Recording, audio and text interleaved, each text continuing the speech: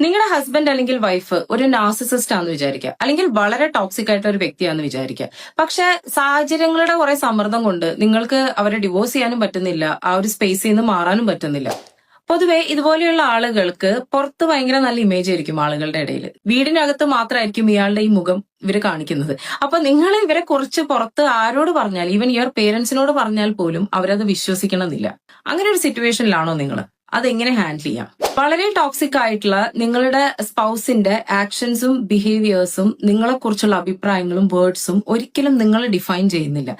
അവര് പറയുന്നത് കേട്ടിട്ട് നിങ്ങളുടെ സെൽഫ് വർത്തിനെ, സെൽഫ് എസ്റ്റീമിനെ ഒരിക്കലും ക്വസ്റ്റ്യൻ ചെയ്യാൻ നിൽക്കരുത്. അല്ലെങ്കിൽ നിങ്ങൾക്ക് തന്നെ എന്തെങ്കിലും ഒരു കുഴപ്പമുണ്ടോ എന്നുള്ള രീതിയിൽ ഓരോ ദിവസവും നിങ്ങളെ മാനസികമായി നിങ്ങൾ തന്നെ പീഡിപ്പിക്കാതിരിക്കുക. അവര് പീഡിപ്പിക്കുന്നതിന് പുറമേ ഡിറ്റാച്ച് ഇമോഷണലി.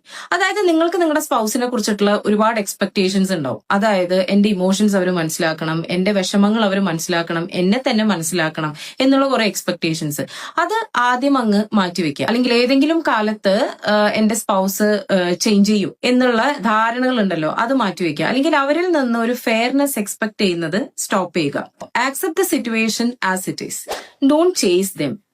ഈ നാർസിസിസ്റ്റിക് ട്രേറ്റ്സ് ഒക്കെ ഉള്ള ആൾക്കാരുടെ ഒരു രീതിയാണ് ഈ സൈലന്റ് ട്രീറ്റ്മെന്റ് ഒക്കെ തരും. അതായത് അവര് ജീവിക്കുന്നത് തന്നെ മറ്റുള്ളവർ കൊടുക്കുന്ന അറ്റൻഷൻമേലാണ്. അവര് സൈലന്റ് ട്രീറ്റ്മെന്റ് തന്നിട്ട് നിങ്ങളോട് സംസാരിക്കാതെ നടക്കുകയാണെന്നുണ്ടെങ്കിൽ നിങ്ങൾക്കത് ഭയങ്കര വിഷമായിരിക്കും, അല്ലെ? അപ്പൊ നിങ്ങൾ എന്ത് ചെയ്യുന്ന വെച്ച് കഴിഞ്ഞാൽ അവരെ ചേസ് ചെയ്യും. The more you chase, the more they are going to treat you in a wrong way. അവരോടുള്ള സംസാരത്തിൽ ഇമോഷണലി ചാർജ്ഡ് ആയിട്ട് സംസാരിക്കാതിരിക്കുക. ആർഗ്യുമെന്റ് അതിന് നിൽക്കരുത്.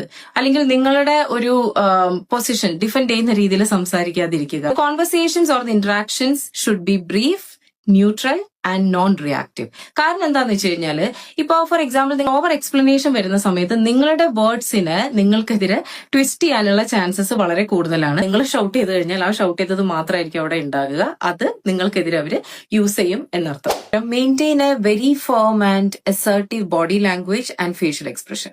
ഭയം, സങ്കടം, ദേഷ്യം ഇതുപോലുള്ള ഇമോഷൻസ് ഒക്കെ ഉണ്ടല്ലോ, അത് നിങ്ങളുടെ ഫേസിലും ബോഡി ലാംഗ്വേജിലും ഒന്നും കാണിക്കാതിരിക്കുക. അത് കാണിക്കുമ്പോൾ it can actually feed there ego. അതിന്റെ ആവശ്യമില്ല.